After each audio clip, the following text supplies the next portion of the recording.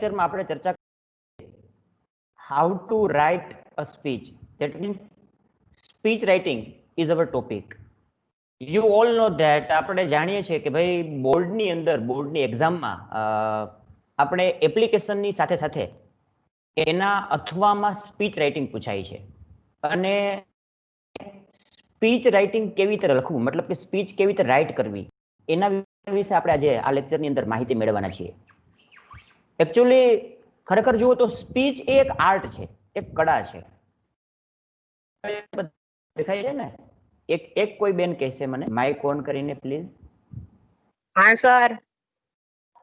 Okay. હા sir. હવે પાછું માઇક બંધ કરી દેજો. માઇક બંધ કરી દેજો પ્લીઝ.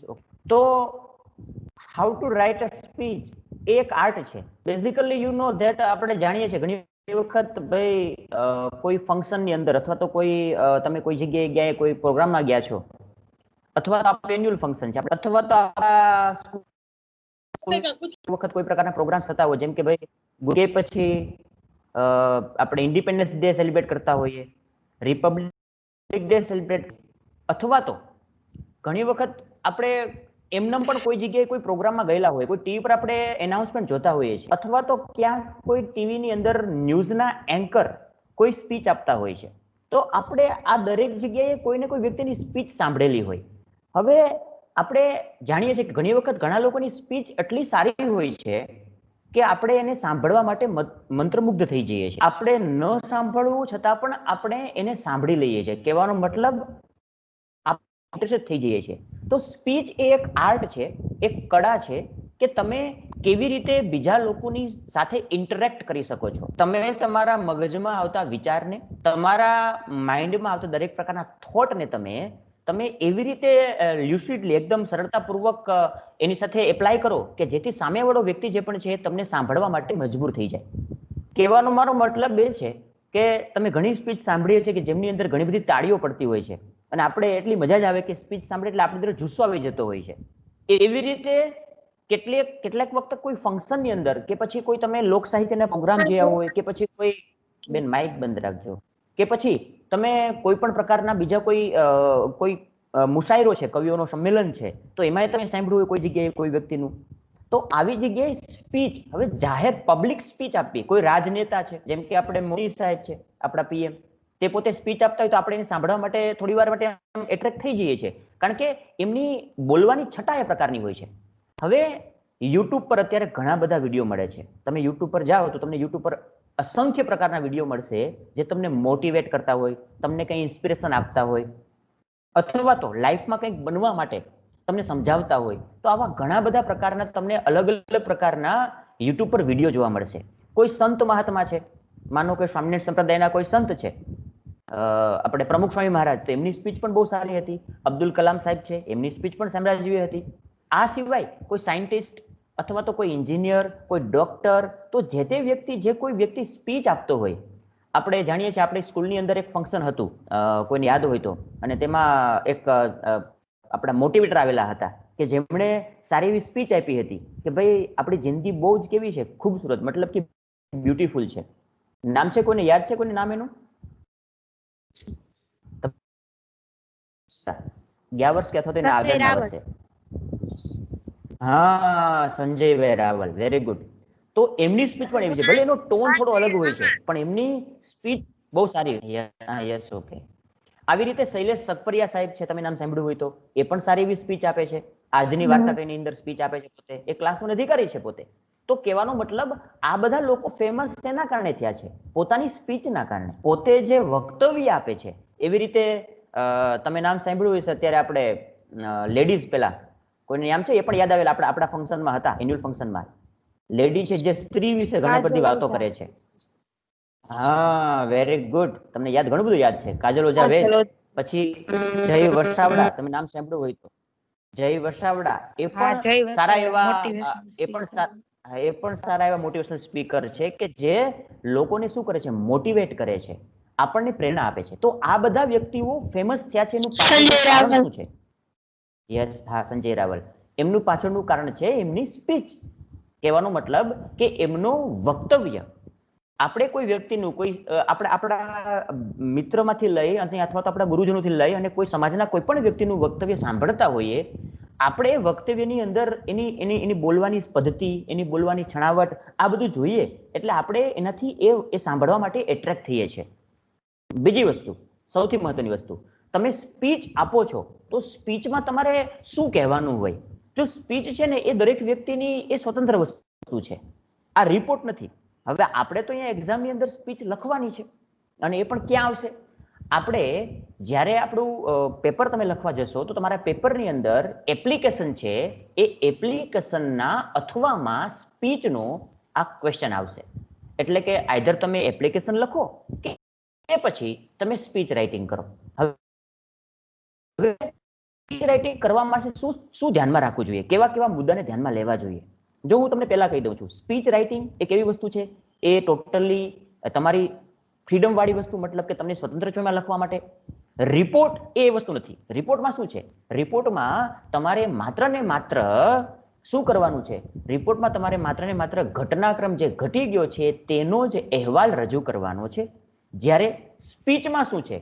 સ્પીચમાં તમારે શું કરવાનું છે? તમે એકદમ સ્વતંત્ર છો, પોતે એકદમ મુક્ત છો, તમે મુક્તપણે પોતાના વિચારને તેમાં રજૂ કરી શકો છો. પણ છતાં પણ આપણા વિચારને મુક્તપણે રજૂ કરતી વખતે પણ આપણે કેટલાક મુદ્દાને એમાં ધ્યાનમાં રાખવા જોઈએ. શું ધ્યાનમાં રાખવા જોઈએ એના વિશે ચર્ચા આજે આપણે કરવાના છીએ. સાથે સાથે આપણે કેટલીક સ્પીચ જે તમારા ટેક્સ્ટબુકની અંદર આપેલી છે, તમને ટેક્સ્ટબુકમાંથી તમને પૂછાઈ શકે એવી છે, આપણા ટેક્સ્ટબુકના જે લેસન્સ છે, યુનિટ છે, એને ઓરિએન્ટેડ જે સ્પીચ છે, એવી સ્પીચ, એ 3-4 સ્પીચ જે છે એ પણ આપણે આજે જોવાના છીએ, એ પણ સમજવાના છીએ. એટલે તમે લેક્ચરને અંત સુધી, લેક્ચરમાં મતલબ અંત સુધી રહેજો. એવું નથી વચ્ચે લેફ્ટ થઈ જાવ, કારણ કે મારી પાસે એ સંખ્યા તમારી એટેન્ડન્સ બતાવતું હોય છે. હું એટેન્ડન્સ તમારું જોઉં પણ છું, એટેન્ડન્સ શીટ કાઢી શકું તો આમાંથી ડાઉનલોડ કરી લઉં છું, એટલે હું જોઈ શકું કયા વિદ્યાર્થી બેન કેટલા વાગે જીમ્સમાં જોડાના અને કેટલા વાગે પોતે રિમૂવ થઈ ગયા છે, મતલબ બહાર નીકળી ગયા છે.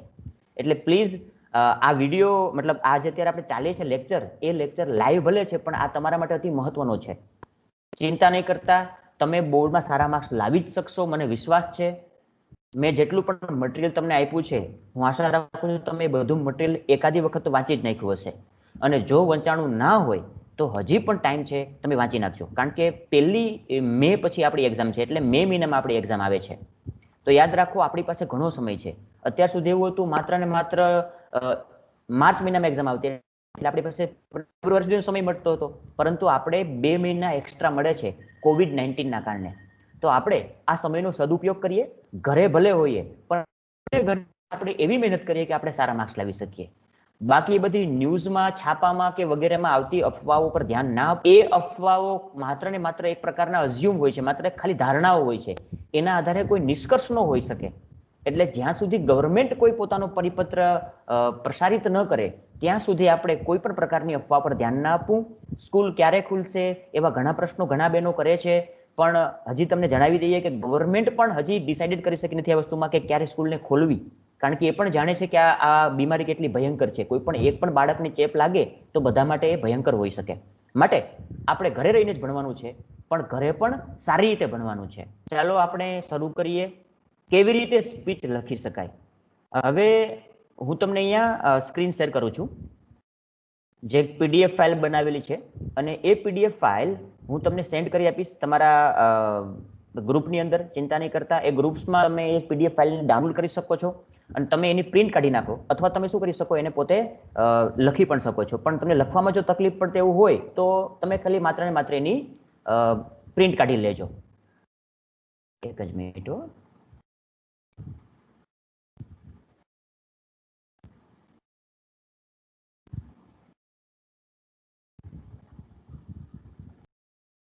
One minute.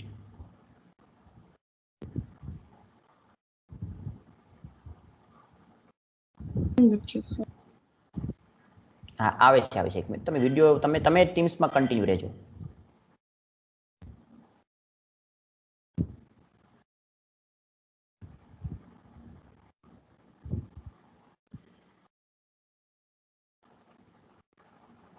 તમને સ્ક્રીન દેખાય છે બધાને?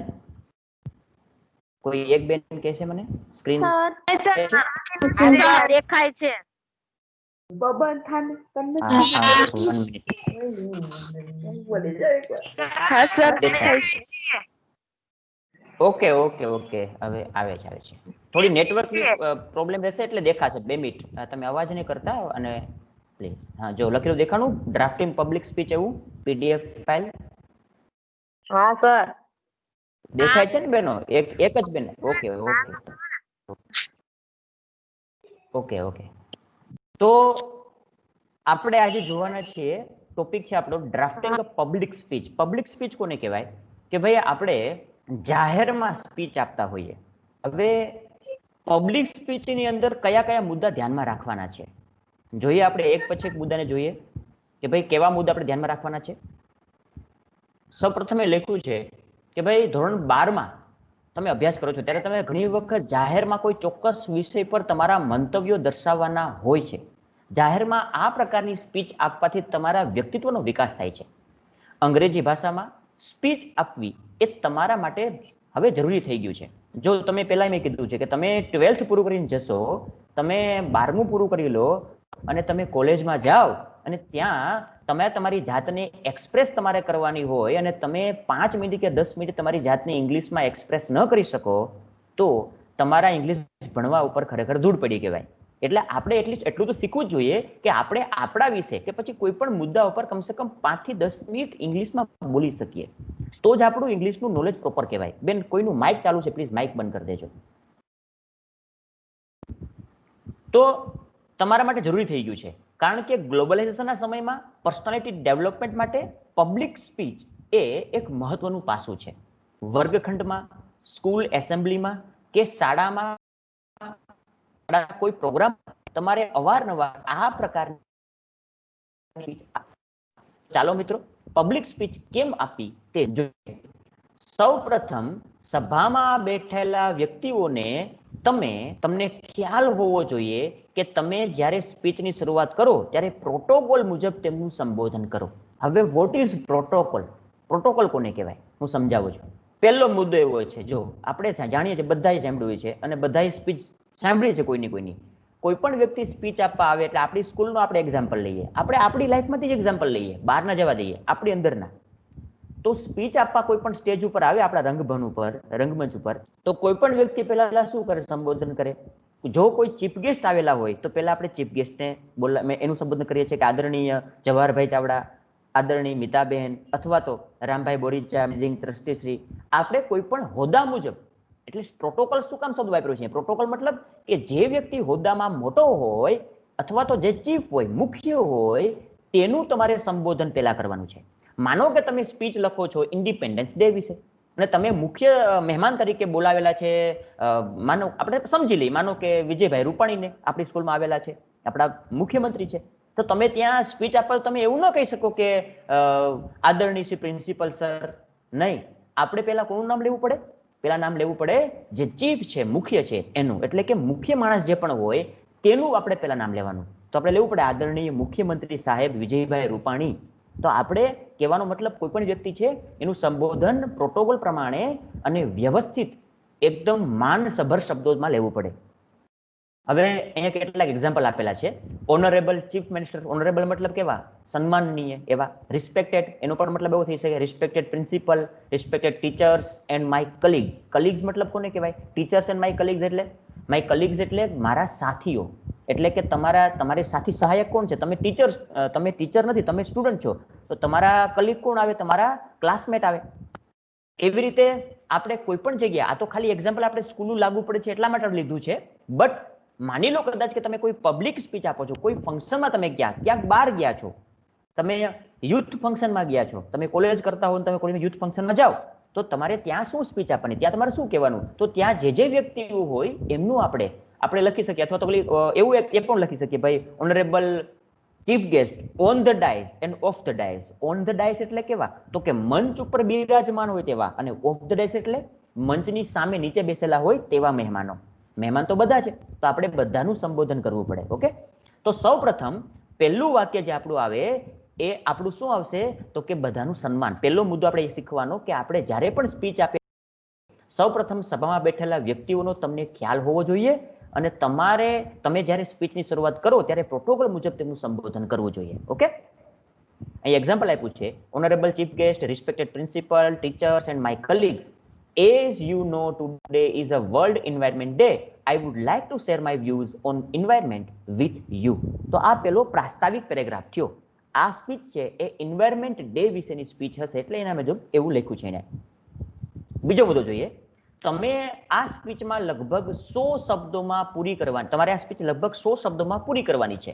માટે તમારા સ્પીચના ટોપિકના મુખ્ય વિચારને વિસ્તારો અને તેને પોઈન્ટ્સ અને સબ પોઈન્ટ્સમાં વિભાજિત કરો. હવે હકીકતમાં એક મિનિટ, કેટલાક બહેનો લોબીમાં છે, હું એમને એડમિટ કરી લઉં છું અંદર ટીમ્સની અંદર. ઓકે, જુઓ અહીંયા સાવ સરળ શબ્દોમાં લખ્યું છે કે તમારે આ સ્પીચ કેટલા વર્ડ્સમાં લખવાની છે? 100 વર્ડ્સમાં. મતલબ આપણે સ્પીચ આપવાની નથી બોર્ડની એક્ઝામમાં. તમે ક્યાં ક્લાસરૂમમાં સ્પીચ આપવાનો છો ઊભા થઈને કોની સામે? સુપરવાઇઝર સામે? ના, તો તમે સ્પીચને લખવાના છો એક્ઝામની અંદર. તો લખતી વખતે આપણે સ્પીચના કેટલા શબ્દોમાં લખવી? તો કે ભાઈ 100 વર્ડ્સમાં, 100 શબ્દોની આસપાસ, એટલે એપ્રોક્સિમેટલી 1 થી 1.5 પેજ થાય. સમજી લેજો, હું સમજાવું છું તમને. એપ્રોક્સિમેટલી તમે 1 થી 1.5 પેજમાં મેક્સિમમ તમે લખવા માંગો તો 2 પેજ લખી શકાય. એ તો પછી લખવું તો ઘણું લખી શકાય, પણ આપણે ટાઈમ ના ખૂટે એવા અંદાજ પ્રમાણે 1 થી 1.5 પેજમાં કે વધીને 2 પેજમાં સ્પીચને લખવાની છે. બહુ લાંબી લખવાની નથી, કારણ કે આપણે ટાઈમ્સ પણ જોવાનો છે, એના માર્ક્સ પણ જોવાના છે, એટલે આપણે 100 શબ્દોમાં પૂરું કરવાની હોય છે. તો હવે તમારે શું કરવાનું? તો તમારે ટોપિક જોવાનું, એના તમારી સ્પીચના ટોપિકના મુખ્ય વિચાર ક્યાં ક્યાં છે, એ મુખ્ય વિચારને અને એના સબ પોઈન્ટ્સ, એટલે કે એના પોઈન્ટ્સ અને સબ પોઈન્ટ્સને વિભાજિત કરી નાખો. આ તમારે રેન્ડમલી તમારા માઇન્ડ મુજબ કરવાનું છે, તમારી જાતે કરવાનું છે. સેકન્ડ થિંગ, સ્પીચના વિષયને અનુરૂપ તમારા જ્ઞાન, તે અંગેની માહિતી, તમારા અનુભવો, તમારી સ્મૃતિમાં રહેલા તે અંગેના ચોક્કસ બાબતોને આધારે એક ડ્રાફ્ટ તૈયાર કરો. સ્પીચનો વિષય જે છે, માનો કે સ્પીચનો વિષય છે એન્વાયરમેન્ટ ડે વિશે તમે સ્પીચ આપો છો, પર્યાવરણ વિશે, તો વિષયને અનુરૂપ તમારા જ્ઞાન, તે અંગેની તમારી માહિતી, તમારા અનુભવ, તમારી સ્મૃતિમાં રહેલા તે અંગેના ચોક્કસ બાબતોને તમે વિચાર કરી લો. એનો એક ચોક્કસ એક નાનો એવો રફ ડ્રાફ્ટ તૈયાર કરો. હવે ડ્રાફ્ટ કરવો એટલે શું કરવું? તો કે બધા વિચારે તમારે એવું હોય તો રફ પેજની અંદર લખી લેવા. એન્વાયરમેન્ટ ડે ક્યારે ઉજવવામાં આવે છે, એન્વાયરમેન્ટ મતલબ શું થાય, એમાં કયા કયા પાસા સમાયેલા છે, એમાં શું શું જોડાયેલું છે, અંદર કેવા કેવા પ્રકારના આવરણો આવે, લોકો એને નુકસાન કેવી રીતે કરે છે, અથવા તો એન્વાયરમેન્ટને આપણે સારું બનાવવા માટે શું શું પ્રયત્નો કરી શકીએ, તેનું નુકસાન થશે તો આપણે શું શું હાનિ થશે. તો આ બધા રફ ડ્રાફ્ટ કહેવાય. આ બધા મુદ્દાને તમે એક અલગ પેજમાં એવું હોય તો તારવી લો, અને પછી એ લાઈન ખાલી મુદ્દા બનાવો. પછી એ એક એક મુદ્દા ઉપર તમારે 1 થી 2, 3 લાઈન કે 4 લાઈન કે 5 લાઈનમાં એને ડિસ્ક્રાઇબ કરવાનો. તમારી સ્પીચ ઓટોમેટિક બની જશે. સ્પીચ લખવાનો આ સૌથી બેસ્ટ ટેકનિક છે.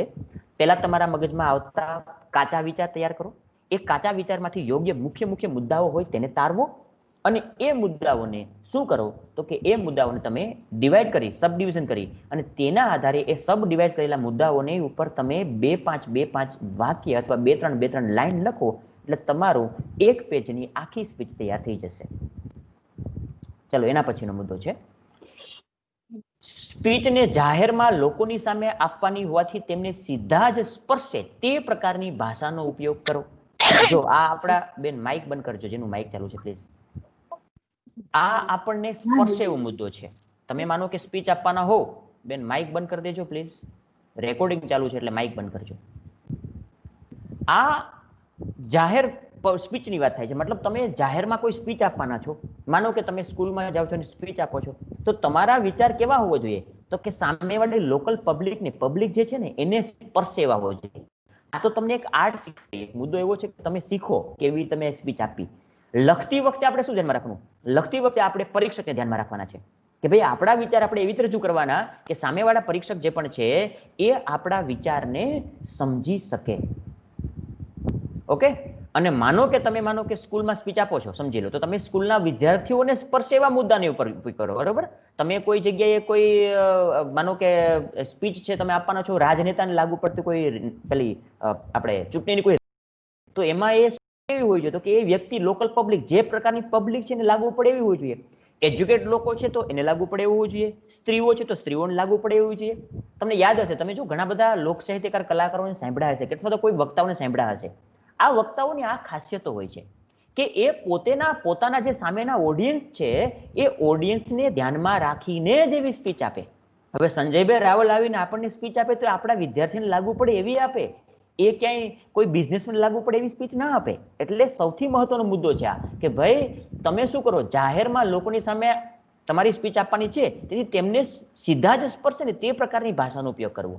એવા જ મુદ્દા આપણે એમાં ઇન્ક્લુડ કરવા. એના પછીનો મુદ્દો જોઈએ, તેમની સાથે તમારી ફિલિંગનો ટચ થાય, તમારી બોડી લેંગ્વેજનો ઉપયોગ કરી તમારા હાવભાવ સાથે ઓતપ્રોત થાય તે પ્રકારની ભાષાનો ઉપયોગ કરો. આ પણ સૌથી મહત્વનો મુદ્દો.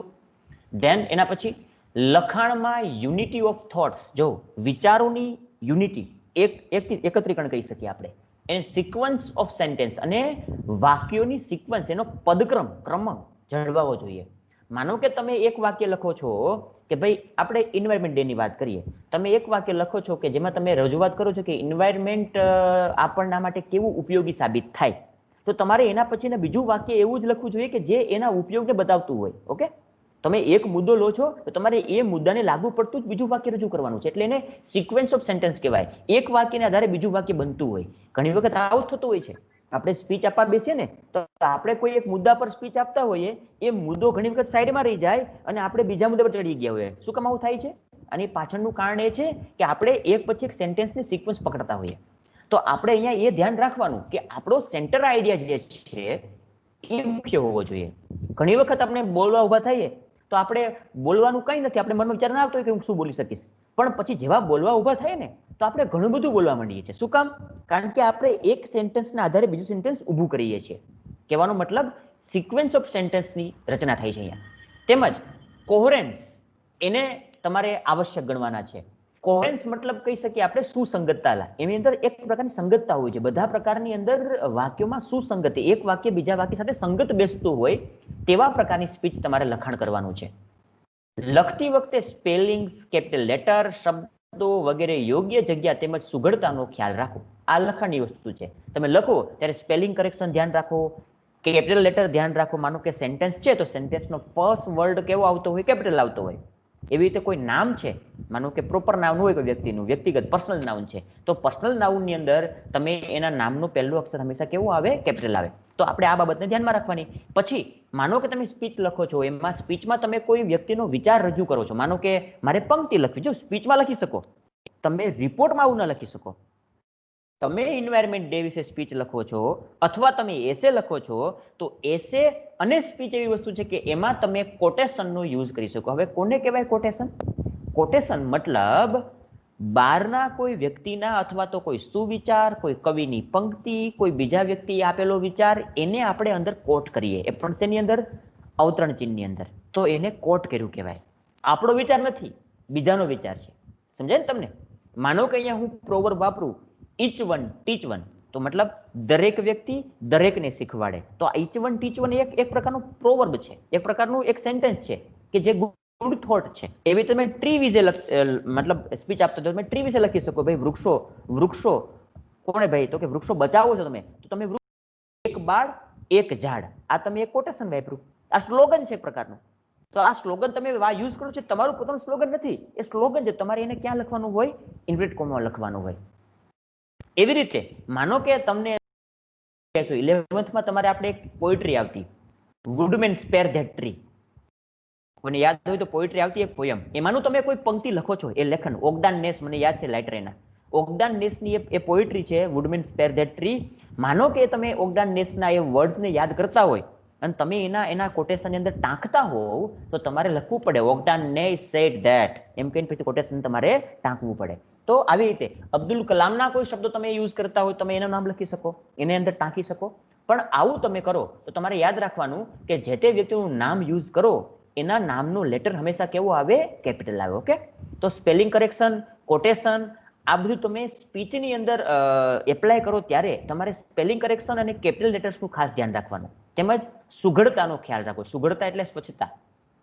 તમારા પાઠ્યપુસ્તકના આધારે તમારા અભ્યાસક્રમ અનુરૂપ કેટલીક સેમ્પલ સ્પીચ અહીં આપવામાં આવી છે. તમને કેટલીક સેમ્પલ સ્પીચ હું તમને સમજાવું છું તમારા પાઠ્યપુસ્તકના આધારે કે કેવી કેવી પ્રકારની સ્પીચ તમને પૂછાઈ શકે. ઓકે, તો આઈ હોપ કે તમને એ વિચાર ક્લિયર થઈ ગયો હશે કે સ્પીચ રાઇટિંગ કેવી રીતે કરવું. જો આ ખાલી તમને સમજાવ્યું મેં કે સ્પીચ કેમ લખવી. હવે સ્પીચને તમને એક્ઝામ્પલ સમજાવીશું. સ્પીચ લખવા માટે હજી તમને સમજાવી દઉં. સ્પીચમાં પહેલી વસ્તુ સૌપ્રથમ શું આવે? સંબોધન આવે. તમે સંબોધન કરો કોનું? ચીફ ગેસ્ટ જે હોય, પ્રિન્સિપલ હોય, જે તે ફંક્શન હોય. તમારા ક્વેશ્ચનમાં આપેલું જ હશે કે આવા પ્રકારના ફંક્શન તમે અહીંયા સ્પીચ આપો છો, તમે એ સ્પીચને રાઇટ કરો અથવા સ્પીચ ડ્રાફ્ટ કરો. તો તમારે જે તે ફંક્શનને ધ્યાનમાં રાખી તેમાં આવેલા મહેમાન કોણ હતા એ આપણી જાતે લખી કરવાના, પોતે આપણી રીતે, અને એમનું નામ લખવાનું, એનો ઉલ્લેખ કરવાનો, જાણે કે તમારી સામે એક પ્રકારની ઘટના ઘટે છે. તમે કોઈ એક ફંક્શનની અંદર કે કોઈ એક પ્રોગ્રામમાં સ્પીચ આપો છો એવો તમારા સામે એક નજર સામે એક ચિત્ર રાખીને તમારી સ્પીચ લખવાની હોય. આવું લખશો તો હું ચોક્કસપણે ખાતરી તમને આપું છું તમારે સારા માર્ક્સ આવશે આમાં. ચલો હવે આપણે કેટલાક એક્ઝામ્પલ જોઈએ. ના હું જે જો અહીંયા એક્ઝામ્પલ મેં આમાં લગભગ 14 જેટલી 15 16 કે 14 જેટલી તમને સ્પીચના એક્ઝામ્પલ આપેલા છે આ પીડીએફ ફાઇલની અંદર. આ પીડીએફ ફાઇલ તમારા ગ્રુપમાં હું સેન્ડ કરી દઈશ, ચિંતા નહીં કર, તમને મળી જશે. તમે એની પ્રિન્ટ કાઢી લેજો અથવા તમે એને લખી શકો. લખવી ના હોય તમે પ્રિન્ટ કાઢી શકો. ઓકે, હવે એની અંદર આ સેમ્પલ જે આપ્યા છે એમાં તમને એક પછી હું સમજાવું છું. ખાલી બધી સ્પીચ તો આપણે અત્યારે ક્લિયર નહીં કરી શકીએ, સમજી નહીં શકીએ, પણ એમાંની કેટલીક જે આપણી ટેક્સ્ટબુકમાં આપેલી છે ને ટેક્સ્ટબુકના આધારે પૂછાય છે એવી કેટલીક સ્પીચ આપણે એની ચર્ચા કરવાના છીએ. એ તમને સમજાવીશ અત્યારે હું. જો અહીંયા પેલું આપ્યું છે inauguration of science fair speech by student, એટલે કે વિજ્ઞાન મેળાનું ઉદ્ઘાટન થાય છે ને એ વખતે કોઈ વિદ્યાર્થીની પોતે એને સાયન્સ ફેરના એક્ઝિબિશનમાં કે એના ઉદ્ઘાટન વખતે પોતે સ્પીચ આપે છે. તો તમને આવી સ્પીચ પૂછાઈ શકે. પછી સ્પીચ એના પછી છે student speech on farewell function. તમે બધાને યાદ જ છે વાર્ષિકોત્સવ ઉત્સવ થાય પછી આપણે જ્યારે વિદાય સમારંભ ઉજવાય, વાર્ષિક ઉત્સવ 25 ડિસેમ્બર દર વર્ષે આવતો હતો, પરંતુ આ વખતે કોરોનાની મહામારીના કારણે આપણે એને ઉજવી શકતા નથી. પરંતુ તમારું એન્યુઅલ ફંક્શન હોય એ પછી જ્યારે આપણું તમારું માર્ચ મહિનામાં તમે પોતે એક્ઝામ પૂરી કરવાના હોવ એની પહેલા આપણું એક વિદાય સમારંભ આવે, એને ફેરવેલ ફંક્શન કહેવાય. જો અહીંયા ફેરવેલ ફંક્શન પણ આવી શકે અને એન્યુઅલ ફંક્શન પણ આવી શકે. આ બે મુદ્દા યાદ રાખજો. ઓકે, એન્યુઅલ ફંક્શન તમારે એના આધારે સ્પીચ આપવાની, ફેરવેલ ફંક્શન તમારે એના આધારે સ્પીચ આપવાની. ઓકે, તો તમને આવી સ્પીચ પૂછી શકે. ત્યારબાદ student speech on the environment day celebration. આગળ ચર્ચા કરીએ પ્રમાણે તમને પર્યાવરણ દિવસ ઉજવણી તમે કરો છો ને તમે એમાં સ્પીચ આપો છો તો એને લગતી સ્પીચ હોઈ શકે છે. આ બધી સ્પીચ મહત્વની છે બોર્ડ માટે, યાદ રાખજો. પછી student speech on celebration of independence day. તમે સ્વતંત્ર દિવસ ઉજવો છો 15મી ઓગસ્ટ અને તમે એના વિશે સ્પીચ આપો છો, આઝાદી વિશેની. ત્યારબાદ આ સ્પીચમાં થોડો ચેન્જીસ તમે કરી નાખો. માનો કંઈ લખ્યું છે 15 ઓગસ્ટ 1947, તો આ તારીખ બદલી નાખો અને અહીંયા ડે ચેન્જ કરી નાખો. તમે આ જ સ્પીચ છે એનો યુઝ કરી શકો ઇન્ડિપેન્ડન્સ ડે ને બદલે રિપબ્લિક ડે, એટલે કે સ્વાતંત્ર્ય દિન. જો રિપબ્લિક ડે એટલે 26મી જાન્યુઆરી અને 1950, આપણે 1950માં સ્વતંત્ર થયા, ગણતંત્ર થયા, પરંતુ 15મી ઓગસ્ટ અને 1947માં આપણે આઝાદી મેળવી હતી અંગ્રેજોની ગુલામીમાંથી. તો આ આપણો ઇન્ડિપેન્ડન્સ ડે છે અને 26મી જાન્યુઆરી આપણો રિપબ્લિક ડે છે. હજી યાદ કરજો, ભૂલ નહીં કરતા આમાં ક્યારેય. તમે આ એક સ્પીચના આધારે રિપબ્લિક ડેની સ્પીચ પણ લખી શકો, કારણ કે બાકી બધું મોટાભાગનું સેમ રહેતું હોય છે આની અંદર. ઓકે, તમે થોડા ઘણા વર્ડ્સ ચેન્જ કરી અને લખી શકો એને. ત્યારબાદ તમને ઓન ધ ક્લીનલીનેસ મુવમેન્ટ. આવી 11thમાં લગભગ મેં આ સ્પીચ લખાવેલી છે, કોઈને યાદ હોય તો, અથવા તો રિપોર્ટ લખાવેલો, મને થોડું ઘણું યાદ છે. કદાચ મેં 11thમાં સ્પીચ લખાવેલી છે સી ક્લાસની અંદર. તો ક્લીનલીનેસ મુવમેન્ટ એટલે કેવી? સ્વચ્છતાની ઝુંબેશ, સ્વચ્છતા ચળવળ, જે મોદી સાહેબે તમને યાદ હોય ઘણા સમય પહેલા આપેલી હતી. એ સ્વચ્છતા ઝુંબેશ, એ ચળવળ, એને અંતર્ગત તમે સ્કૂલમાં ક્લીનલીનેસ કેમ્પેન ચલાવો છો ને મુવમેન્ટ કરો છો ને તમે એના આધારે સ્પીચ આપો છો એના લગતી. પછી આવી શકે sport day speech by student, એટલે કે તમારી સ્કૂલમાં કોઈ સ્પોર્ટ ડે ઉજવવાનો, તમે સ્પોર્ટ ડેમાં સ્પીચ આપો છો સ્પોર્ટનું મહત્વ બતાવતા હોય તેવી, તો આ પણ આવી શકે. જો અહીંયા કોટેશન લખ્યું દેખાય ને, a famous saying, winners win, winners lose but winners play. આ લખ્યું ને, તો આ એક કોટેશન છે. તમે કોટેશનને આવી રીતે લખી શકો કોટ કરીને, એટલે કે અવતરણ ચિહ્નની અંદર. પ્રોબ્લેમ ઓફ વર્કિંગ વુમન, જો આ પણ તમને આવી શકે. પ્રેઝન્ટ સમયમાં, પ્રેઝન્ટ ટાઈમમાં આપણે જાણીએ છીએ કે ઘણી સ્ત્રીઓ છે પોતે કામ પણ કરે છે, એટલે કે જોબ કરતી હોય. તો આવી જોબ કરતી સ્ત્રીઓને જે પ્રોબ્લેમ પડતા હોય એના વિશેની વુમન એમ્પાવરમેન્ટ વિશે પણ આવી શકે સ્પીચ. યાદ રાખજો, તમને એ પણ આવી શકે. એટલે એને લાગુ પડતી જ આ પણ એક પ્રકારની સ્પીચ છે. હું કેટલાક બહેનો લોબીમાં છે એમને એડમિટ કરી લઉં છું. ચાલુ રાખજો, એક મિનિટ તમે રહેજો.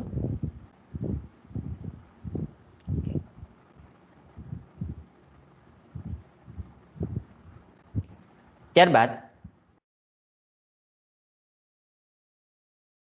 માય ફેવરિટ લીડર એટલે કે મારા ફેવરિટ એવા લીડર એટલે કે નેતા, આમાં તમે સ્પીચ આવી તમને પૂછી શકે. તમે 15મી ઓગસ્ટ અથવા 26મી જાન્યુઆરી છે એના આધારે તમને આવી સ્પીચ પૂછી શકે, તમે એ પણ આપી શકો. હવે આપણે અહીંથી જોવાના છીએ. જો અહીંથી 11th જે આવી ને આ સ્પીચ છે ને એ બધી આપણી ટેક્સ્ટબુકની ઓરિએન્ટેડ છે. 11 નંબરથી લઈને લાસ્ટ 16 નંબર સુધીની એ બધી સ્પીચ આપણી ટેક્સ્ટબુકના આધારે બનેલી છે. એટલે કે ટેક્સ્ટબુકમાં આપણા જે લેસન્સ છે એના આધારે તમને સ્પીચ કેવી પૂછાઈ શકે એના વિશેની માહિતી છે. હવે આપણે આને ભણીએ. ચાલો, હું એનું ભાષાંતર કરું છું, તમે યાદ રાખજો.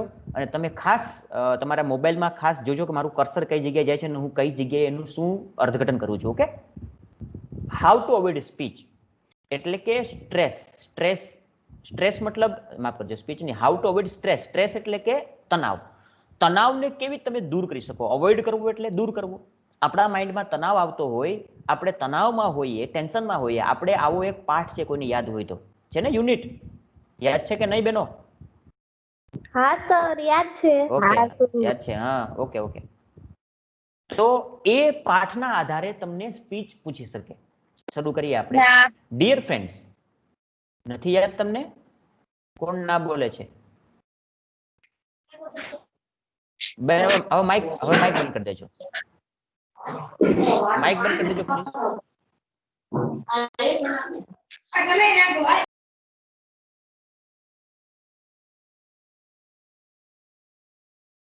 Dear friends, today I will talk to you about how to avoid stress. વહાલા મિત્રો, આજે હું તમને સ્પીચ આપવાનો છું કેવી રીતે આપણે સ્ટ્રેસને દૂર કરી શકીએ. વેલ, સારું. Starting from a child to an old man, એક નાના બાળકથી શરૂ કરી અને ઓલ્ડ મેન સુધી. Stress is a common phenomena. Stress એ એક સામાન્ય ઘટના છે ઇન અવર સોસાયટી, આપણા આ સમાજની અંદર. ફેનોમેના મતલબ કે ઘટના કહી શકીએ આપણે, સામાન્ય કારણ કહી શકીએ, સામાન્ય ઘટના કે ઘટનાક્રમ. What is stress? પહેલો પ્રશ્ન એ થાય, વોટ ઇઝ સ્ટ્રેસ? તણાવ શું છે? હવે તણાવને સમજાવે છે, એક્સપ્રેસ કરે છે. જો સાંભળો. A person is living a peaceful comfortable life. એક માણસ પોતે પીસફુલ એટલે શાંતિદાયક અને કમ્ફર્ટેબલ, એકદમ સગવડતા ભરી, સુઘડતા ભરેલી, એકદમ સ્વચ્છ, એકદમ સારી જિંદગી જીવી રહ્યો છે.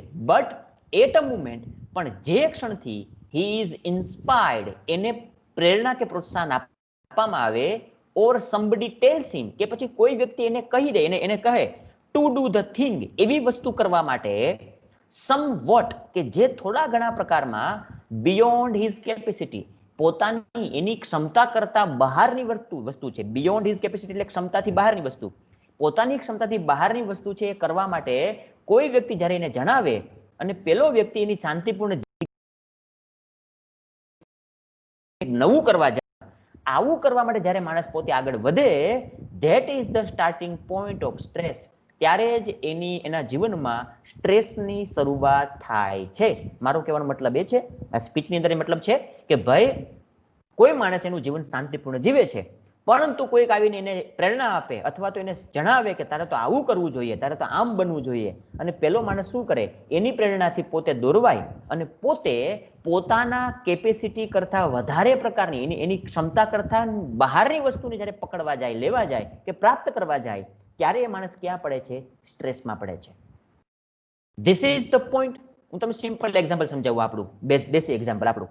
માનો કે કોઈ વ્યક્તિ ઘરે રહી છે, ભાડાના મકાનમાં રહી છે, ખુશ છે પોતે, એનો પગાર ઓછો છે, 20,000 પગાર છે, અને પોતે એના મકાનને આરામથી મકાનમાં રહી છે પોતે. હવે ત્યાં આવીને કોઈ વ્યક્તિ એને કહે કે ભાઈ તું શું ભાડું ભરે છે, તારે ભાડું ભરાય એટલું, ભાડાના પૈસા તું મકાન માલિકને આપી દે છે, એને બદલે તારે શું કરવું જોઈએ? તું એક કામ કર, તું મકાન લઈ લે પોતાનું. હવે પેલો વ્યક્તિ જે છે એની આવક કરતા એની જાવક વધી જાય, એ મકાન, પેલો કે મકાનના પૈસા નથી તો કે લોન લઈ લે, બેંક લોન આપે છે, અને પેલો વ્યક્તિ એની પ્રેરણાથી દોરવાય અને પોતે પોતાનું મકાન લેવા જાય, મકાન લઈ પણ લે, બેંકમાંથી લોન પણ મળી જાય, પણ પછી લોનના હપ્તા ભરવામાં બચારો ટેન્શનમાં જીવનનો આનંદ જ ભૂલી જાય. આ જ વસ્તુ છે કે એની કેપેસિટી, આપણી કેટલી કેપેસિટી હોય આપણે એ જ પ્રકારનું કાર્ય કરવું જોઈએ, એ જ પ્રકારનો ખર્ચો કરવો જોઈએ, એ જ પ્રકારનું ઇન્વેસ્ટમેન્ટ કરવું જોઈએ. કહેવાનો મતલબ એ છે, આ તો ખાલી મેં તમને એક્ઝામ્પલ એક સામાન્ય આપણા જીવનનું એક્ઝામ્પલ આપ્યું, પણ આવું જ તમારી બાબતમાં થઈ શકે. માનો કે તમારી કેપેસિટી છે કે તમે માત્ર ને માત્ર ખાલી કોમર્સમાં હોય કોઈ વ્યક્તિ બેનો અને પોતે ખબર છે કોલેજ કરી શકે એવી કેપેસિટી છે, પણ કોઈને ગાઈડન્સ આપે ને પ્રેરણા આપે પછી એમ કે નથિંગ ઇઝ તમે કરો અને પેલો વ્યક્તિ દોરવણી પામીને સીએ કરવા જાય તો શું હાલત થાય એની? એ બચારો એટલો ટેન્શનમાં આવે કારણ કે આવડતું કશું હોય નહીં, યાદ કંઈ રહેતું ના હોય અને પોતે બનવા ઊંચું જાય છે. પોતે કહેવાનો મતલબ આપણે આપણી કેપેસિટી મુજબ આપણી જાતને એ મુજબ ઢાળવી જોઈએ ને એ મુજબના ફિલ્ડમાં જવું જોઈએ. This is the point from where stress start. આ એ જ પોઈન્ટ છે કે જ્યાંથી સ્ટ્રેસની શરૂઆત થાય છે ઇન યોર માઇન્ડ, તમારા માઇન્ડમાં. યુ સ્ટાર્ટ ડુઈંગ હાર્ડ, તમે સખત મહેનત કરવા માંડો છો. You start manage the thing, તમે વસ્તુઓને મેનેજ કરતા મતલબ કે દરેક બાબતોની અંદર તમે એનું એક પ્રકારનું મેનેજમેન્ટ કરતા તમે થઈ જાઓ છો. એન્ડ ફેલ, અને તમે એમાં નિષ્ફળ જાઓ છો. જેવા નિષ્ફળ ગયા તમારા માઇન્ડમાં ફરી પાછો સ્ટ્રેસ આવે. ધેટ ફેલર બ્રિંગ સ્ટ્રેસ, અને આ તમારી ફેલ તમારી નિષ્ફળતા તમને સ્ટ્રેસ એટલે તણાવ આપે છે. Well you can not avoid stress, તમે સ્ટ્રેસને ક્યારેય નાબૂદ ન કરી શકો. જો તમે એને હટાવી ન શકો. હા, તમે અને હું આપણે બધા જ આમાંથી પસાર થઈ ગયા છે. હું મારું પણ નામ લઉં છું. શું કામ લઉં છું? કારણ કે હું પણ સ્ટ્રેસમાંથી પસાર થઈ ગયો છું. આપણે બધા ઉપર સ્ટ્રેસ તો આવે જ. કોઈ વ્યક્તિ એવું ન કહી શકે હું ક્યારે સ્ટ્રેસમાં નથી આવતો. દરેક વ્યક્તિ આવતો હોય છે. માનો કે મારે તમારો લેક્ચર લેવાનો છે આજે માઇક્રોસોફ્ટ ટીમ્સમાં, તો આજે લેક્ચર મારો 10-15 મિનિટ લેક્ચર સ્ટાર્ટ ના થયો, મતલબ કે કહેવાનો મતલબ કે 10 મિનિટ મારો કે 5 મિનિટ 10 મિનિટ માટે લેક્ચર લેટ થયો. શું કામ? ટેકનિકલ ઇસ્યુના કારણે. તો પણ હું સ્ટ્રેસમાં આવી ગયો. ભાઈ મારો લેક્ચર શું થશે? મારા લેક્ચરનું મારા સ્ટુડન્ટ રાહ જોતા હશે, મારી વેઇટ કરતા હશે, કેટલાક બેનો લેફ્ટ થઈ જશે, ભણી શકશે નહીં. તો આ એક સામાન્ય કારણ છે. આવીએ સ્ટ્રેસમાં આવીએ તો સ્ટ્રેસ એ સામાન્ય વસ્તુ આપણા જીવનની છે, પણ એ સ્ટ્રેસમાં ને સ્ટ્રેસમાં રહેવું ને એ આપણા માટે ભયંકર છે. સ્ટ્રેસમાંથી બહાર નીકળી શકાય છે. એની અંદરથી બહાર નીકળવું કેવી રીતે એ આપણે શીખવાનું છે. એને દૂર કેમ રાખવો? હંમેશા આપણા માઇન્ડને પીસફુલ કેમ રાખવું, શાંત કેમ રાખવું? કારણ કે સ્ટ્રેસ તો દરેકના જીવનમાં આવશે જ, ડગલે ને પગલે આવશે. તમે રસોઈ બનાવતા હો અને મહેમાન વધારે આવી જાય તો પણ તમે સ્ટ્રેસ આવી જાય છે. થાય છે આવું ઘણી વખત આપણી અંદર. કહેવાનો મારો મતલબ એ છે સામાન્ય જીવનની સંકળાયેલો જ વસ્તુ છે. એટલે કોઈ વ્યક્તિ એમ ન કહેશે કે મને ક્યારે સ્ટ્રેસ નથી આવતો. દરેકને સ્ટ્રેસ આવતો હોય, પણ એ સ્ટ્રેસને તમે કેવી રીતે લો છો એની ઉપર ડિપેન્ડ કરે છે તમારું વ્યક્તિત્વ. તો you can not avoid stress. તમે સ્ટ્રેસને ખરેખર હટાવી કે એનો ત્યાગ ન કરી શકો. A small child in his playground, એક નાનો બાળક પોતે એના રમતના મેદાન પર રમતો હોય એની સાથે લઈ a teenager in his secondary or higher secondary school, કે પછી કોઈ ટીનેજર તમારા લેવલનો માણસ, ટીનેજર તમારી ઉંમરનો તરુણ અવસ્થાનો કોઈ વ્યક્તિ, છોકરો કે છોકરી પોતે સેકન્ડરી કે હાયર સેકન્ડરી સ્કૂલમાં ભણતું હોય તે, કે પછી અ બોય કે પછી કોઈ છોકરો ઇન હિઝ કોલેજ, કે એક છોકરો એની કોલેજમાં can not remain free from stress, એ ક્યારેય સ્ટ્રેસમાંથી બાકાત રહી શકે નહીં. તમે અને હું આપણે બધા જ જ્યારે હું ભણતો ત્યારે, હજી પણ હું ભણું છું ત્યારે, જ્યારે પણ હું કોઈ એક્ઝામ આપવાનો હોઉં, જ્યારે પણ માનો કે હું કોઈ પ્રકારની એક્ઝામ માટે પ્રિપેરેશન કરતો હોઉં, તો દરેક વખતે મને સ્ટ્રેસ રહે છે. જ્યારે પણ હું કોઈ ઇન્ટરવ્યૂ કોઈ વાઇવા ફેસ કરતો હોઉં તો મને સ્ટ્રેસ રહે જ છે. ઓબ્વિયસલી સ્ટ્રેસ રહે છે. આ દરેકને સ્ટ્રેસ હોય છે. અને એવું નથી થતું કે એક જ વખત હોય, એ હર વખતે આપણને આવે, આપણા કામની સાથે જોડાયેલો જ હોય છે. પણ આપણે આપણા માઇન્ડ ઉપર સ્ટ્રેસને હાવી થવા દઈએ છીએ કે આપણે ફ્રી માઇન્ડ રહીએ છીએ, એ ડિપેન્ડ આપણી ઉપર કરે છે.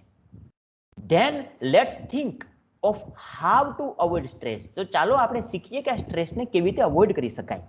Dear friends, take as much work only as you can do. માત્ર તમે એટલું જ કામ હાથમાં લો જેટલું તમે કરી શકો છો. સિમ્પલ વસ્તુ સમજાવ્યું મેં તમને. તમે બધા જ પ્રકારનું હોમવર્ક એક સાથે ભેગું કરી નાખો, શું થશે? તમે સ્ટ્રેસમાં આવી જશો. તો તમારે શું કરવાનું છે? તમારે કોઈ એક જ કાર્ય એક સમયે હાથમાં લેવાનું છે. તમે એક સાથે બધા કામ ન કરી શકો. તમે કોઈ એક જ કામ એક સમયે કરી શકો. એટલે હંમેશા શું કરો? Take as much work as you can do. તમે કરી શકો તેટલું જ કાર્ય તમારા હાથમાં લો. Don't expand yourself. તમારી જાતને ખેંચો નહીં.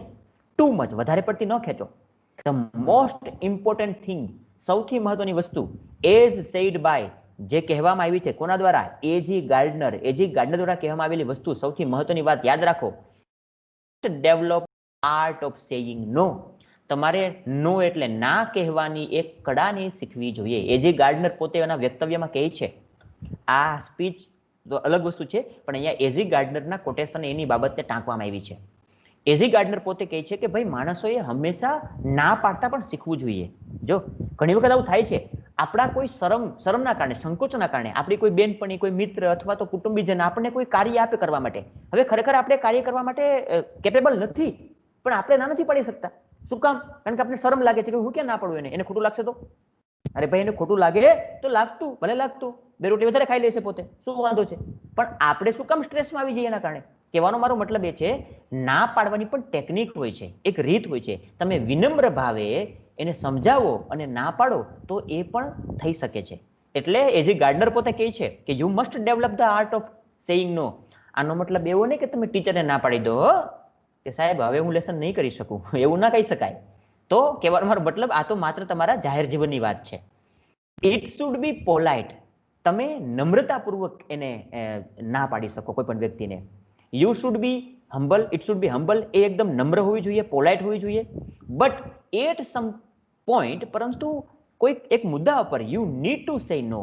તમારે એક સમયે ના પાડવી જોઈએ, તમારે નો કહેવું જોઈએ. To some of your friends, તમારા કેટલાક મિત્રોને. To some of the task, કેટલાક કામની બાબતમાં, કેટલાક કામને. To some of the things, અને કેટલીક વસ્તુઓને. ના પાડવી મતલબ તમે કોઈ વ્યક્તિ તમને કામ આપતો એવું નથી હોતું.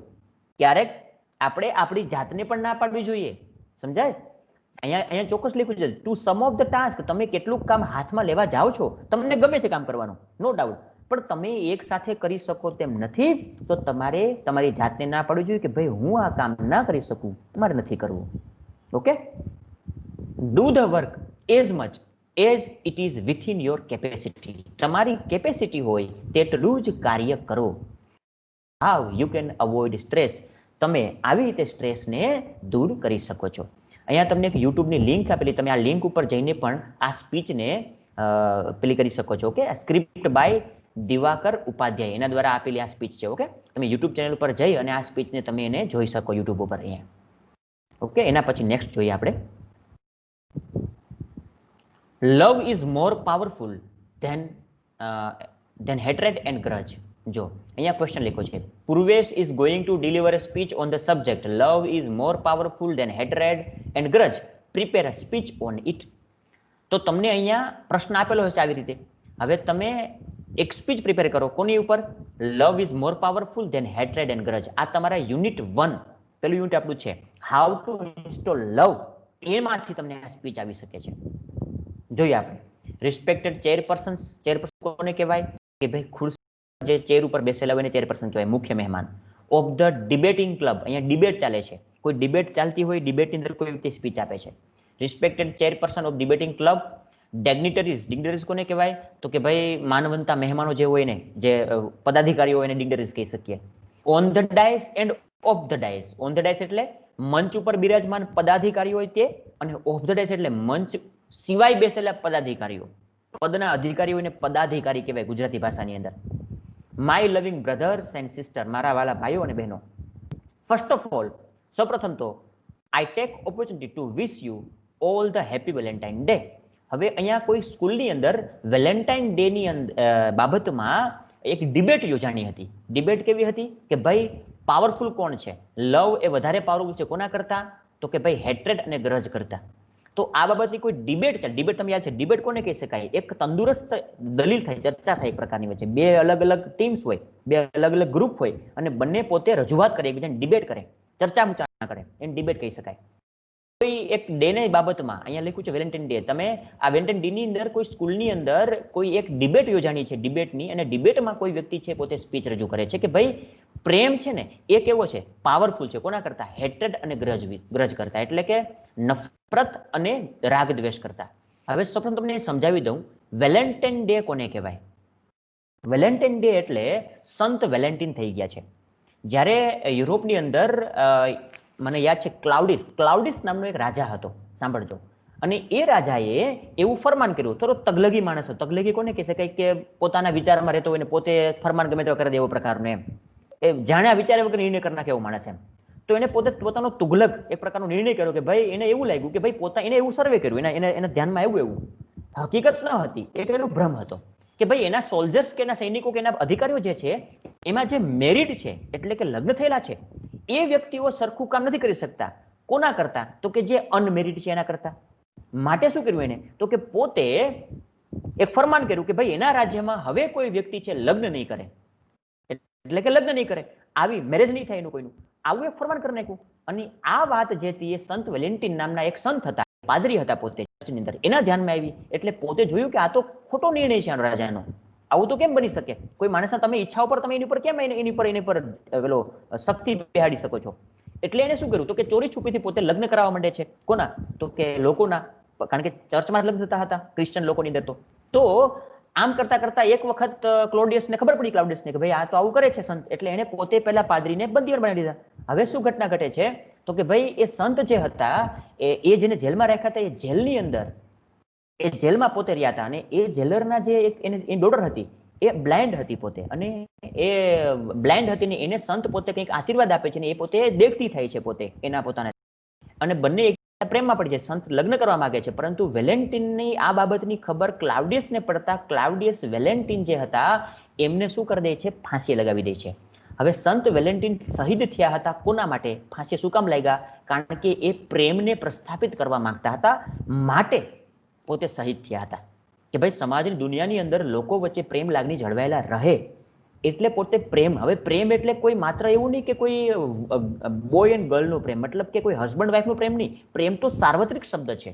એટલે કે માતા પિતા, ભાઈ બહેન, તમે ગુરુ શિષ્યથી લઈ દરેક વ્યક્તિના પ્રેમના એક્ઝામ્પલ જોઈ શકો છો. તો દુનિયાની અંદર પ્રેમ પ્રસ્થાપિત થાય એટલે કે પ્રેમ જળવાઈ રહીને પ્રેમ દ્વારા તમે કોઈ પણ વ્યક્તિને જીતી શકો છો. આ બાબત માટે વેલેન્ટિન સંત શહીદ થઈ ગયા અને એના માનની અંદર વેલેન્ટાઇન ડે ઉજવવામાં આવે. અત્યારે જે આપણે આજની સોસાયટીમાં લોકોએ જે એનું અર્જન કરી નાખ્યું છે એ ખોટું છે. ઓકે, આ તમારી જાણ માટે મેં તમને હિસ્ટ્રી કહી દીધી. તો આ એક વેલેન્ટિન ડે ની સ્પર્ધા યોજાની હશે અને તેમાં ડિબેટિંગ ક્લબની અંદર અહીંયા કોઈ સ્પીચ આપે છે. જોઈએ આપણે સ્પીચ જોઈએ આપણે. Bread, clothing and shelter are basic requirement. Bread એટલે ખોરાક, રોટી, કપડા, એન્ડ શેલ્ટર એટલે મકાન. રોટી, કપડા અને મકાન આપણી ભાષામાં કહી શકીએ. એટલે કે બ્રેડ એટલે ખાવા માટે ખોરાક, કપડા, પહેરવા માટે કપડા, અને શેલ્ટર એટલે કે એક આશરો. આ આપણી બેઝિક રિક્વાયરમેન્ટ છે. But they are only physical requirement. પરંતુ આ તો કેવી છે? માત્ર આપણી ભૌતિક સુવિધા, ભૌતિક રિક્વાયરમેન્ટ છે. આપણી બહારની, આપણા જીવનને, આપણા શરીરની બહારની ભૌતિક ફિઝિકલ રિક્વાયરમેન્ટ છે.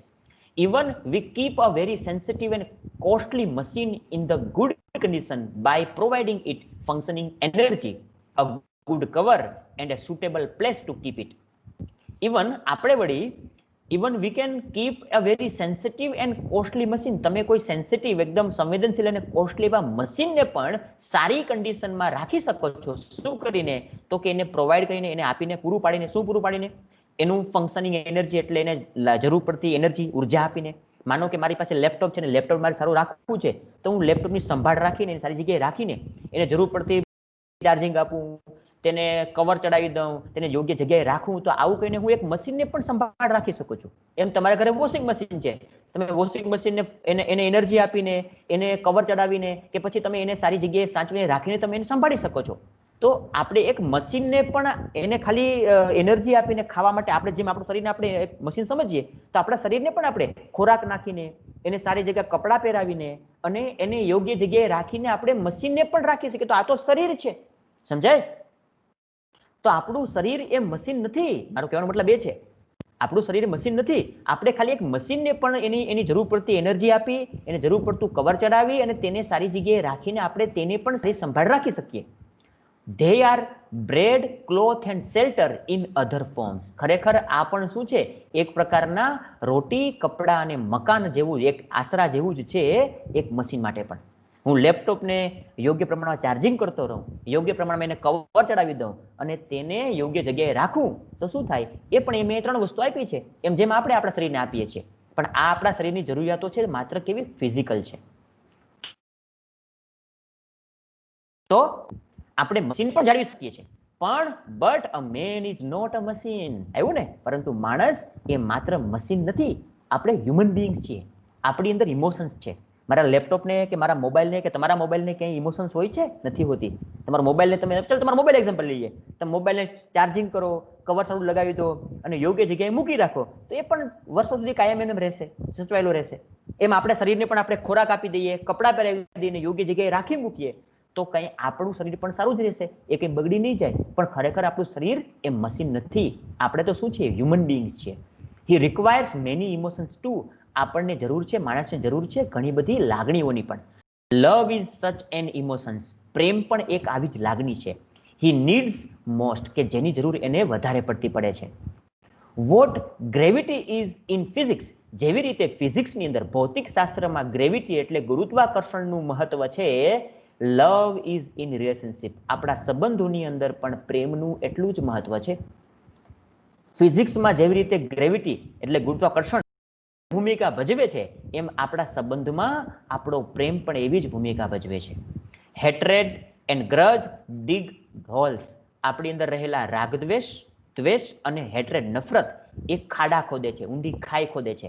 Love and kindness. પરંતુ પ્રેમ અને કાઇન્ડનેસ, દયાળુતા, આપણી અંદર રહેલી એક પ્રકારની કાઇન્ડનેસ એ તો પર્વત છે. મતલબ કે આપણે આ બંને છે ખાડા, જીવનમાં ખાડા જ પાડશે. કોણ? હેટ્રેડ અને ગ્રજ.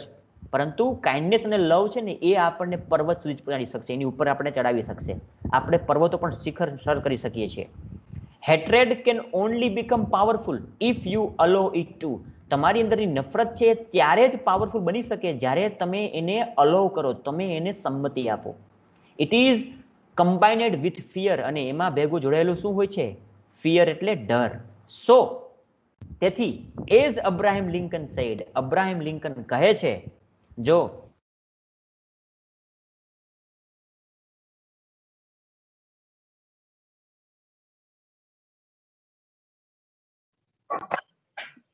સર અવાજ નથી આવતો. શું થાય? સર અવાજ નથી આવતો. ઓકે, સંભળાય છે ને બેન? આવે છે બેન, હવે આવશે. હવે આવે છે અવાજ મારો? આવે છે. આવે છે. ઓકે, આવશે. જો આવશે. થોડુંક કોઈ ટેકનિકલ કારણોસર થઈ ગયું હતું. ઓકે, તમારું આવે માઇક છે. બંધ કરજો. હવે આવશે. ઓકે, ઓકે, આવશે.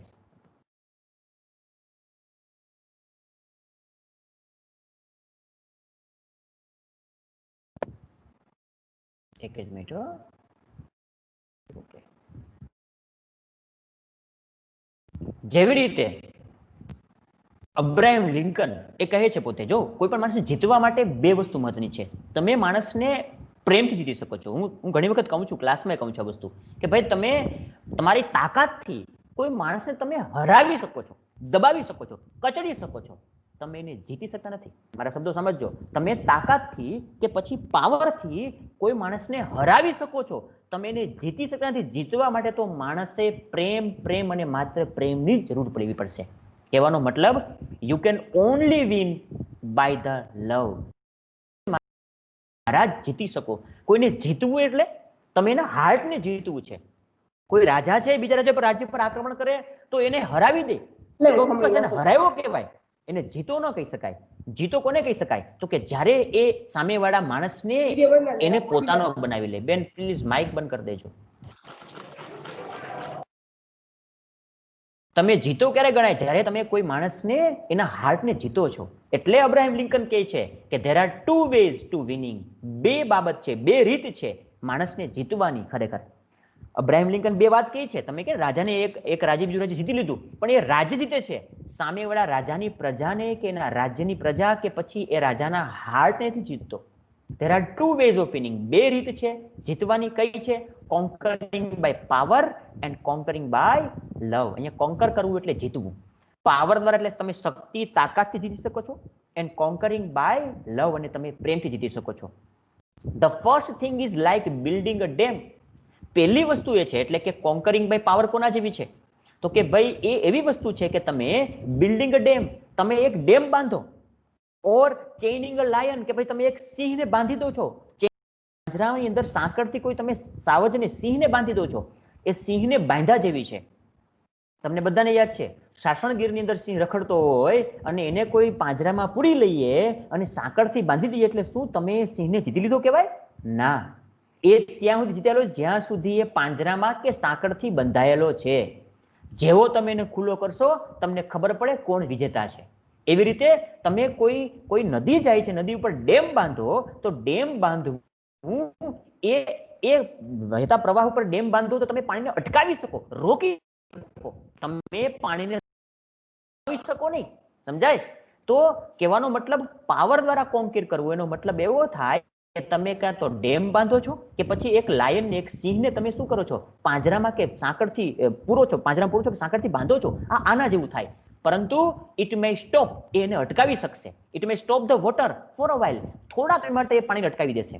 માનો કે ધસમસતો પ્રવાહ આવતો હોય, તમે ડેમ બાંધો તો પુલનું પાણી અટકાઈ જાય, પણ જ્યારે એ પુલ તૂટે, જ્યારે એ ડેમ તૂટે, યાદ રાખજો એ જે હોનારત નોતરશે એ પેલા આવેલા પૂર કરતા પણ ભયાનક હશે. કહેવાનો મારો મતલબ એ છે, આપણે બધાએ મચ્છુની હોનારત વિશે સાંભળ્યું છે, મચ્છુ ડેમ જ્યારે તૂટ્યો હતો. કહેવાનો મતલબ તમે ડેમ બાંધો, એ પાણીને અટકાવી શકે, એને રોકી શકે થોડા સમય માટે, પણ એ પાણીને જમીનમાં ઉતારી ન શકે. તો વરસાદ છે ને એ પ્રેમથી જીતા જેવું કહેવાય. વરસાદ ધીમી ધારનો વરસાદ પડતો હોય અને એ વરસાદ ધરતીના પેટાળમાં જે પડે અને ધરતીની અંદર જે સમાઈ જાય એ તળમાં પાણી ઉતરવું જોઈએ કહેવાય. પણ તમે પાણીને અટકાવીને પાણીને નીચે ઉતારી ન શકો. કહેવાનો મતલબ એમ પણ એવો છે, you may stop the water for a while but once the dam will give અવે, પણ એક વખત ડેમ જો રસ્તો બનાવી લે ડેમમાંથી પાણી, the water will flow with more furry, વધારે ફ્યુરી, વધારે આક્રોશથી પાણી વહે છે, વધારે હોનારત નોતરે છે. વેર એઝ એને બદલે હવે કંકરિંગ બાય લવ, પ્રેમ દ્વારા જીતવું એ is like turning a lion into lamb. પ્રેમથી જીતવું એ કોના જેવું છે? તો કે એક સિંહને પેલા ઘેટા જેવા બનાવવા જેવું છે. હવે સિંહ ક્યારે ઘેટું બની શકે? નહીં. બની શકે ખરો? બની પણ શકે, ના પણ બની શકે. સિંહ ઘેટું બનવું એટલે સિંહ છે એનું સ્વરૂપ કઈ ઘેટું ના બની જાય, તો સિંહનો સ્વભાવ ઘેટા જેવો બની શકે. કેવી રીતે? બાય ચેન્જિંગ હિઝ નેચર, એની પ્રકૃતિને તમે બદલાવીને એને ઘેટા જેવો બનાવી દો, એ તેને પ્રેમથી જીતા જેવું કહેવાય. એટલે આપણે પેલા અબ્રાહિમ લિંકનના શબ્દોને યાદ કરીએ ફરી પાછા કે there are two ways of winning, જીતવાની બે રીત છે. કોન્કરિંગ બાય પાવર, પ્રેમથી જીતી શકો તમે, ભલે માફ કરજો, સત્તાથી પાવર જીતી શકો, અને કોન્કરિંગ બાય લવ, અને તમે પ્રેમથી પણ જીતી શકો. પાવરથી, તાકાતથી જીતવું અને પ્રેમથી જીતવું, પણ બંને વચ્ચે તફાવત એ છે કે તમે પાવરથી જીતવા જશો તો તમે કેના જેવું કરશો? તમે એક સિંહને પેલા ચેઇનથી બાંધ્યા જેવું થાય, અને પ્રેમથી જીતવું એ તો કે એ કોના જેવું છે? તો કે તમે સિંહને એ ઘેટા જેવું, એના નેચરને, એની પ્રકૃતિને બદલાવીને તમે એને ઘેટા જેવો બનાવી દો, એ પ્રેમથી જીતું કહી શકાય. એલેક્ઝાન્ડર ધ ગ્રેટ, કોણ હતા એલેક્ઝાન્ડર ગ્રેટ? નામ સાંભળ્યું હશે બધાએ, જે ગ્રીકનો શાસક હતો પોતે, બધા નામ સાંભળ્યું હશે. આપણી અંદર આવેલો, ઇન્ડિયામાં પણ આવેલો હતો અને ભારતમાં પોતે હાર્યો હતો. Alexander great. હા બોલો. Timur Lang and Adolf Hitler, હિટલરનું નામ સાંભળ્યું છે બધાએ, જર્મનીનો સરમુખત્યાર પોતે, used hatred and power as weapon. હિટલરે, તૈમુર લંગ અને એલેક્ઝાન્ડર આ બધાએ શું કર્યું હતું? એક પ્રકારની ઉપયોગ કર્યો હતો. કોનો? હેટ્રેડનો, એટલે કે નફરતનો, એન્ડ પાવરનો, as a weapon to conquer the world. એને વિશ્વને તાકાતથી જીતવા માંગ્યા. પોતે પોતાના પાવરથી અને નફરતથી આખા વિશ્વને જીતવા માટે એનો વિપન તરીકે, એક હથિયાર તરીકે ઉપયોગ કર્યો હતો. they are forgotten now, પરંતુ અત્યારે એ બધા જ ભૂલાઈ ગયા છે.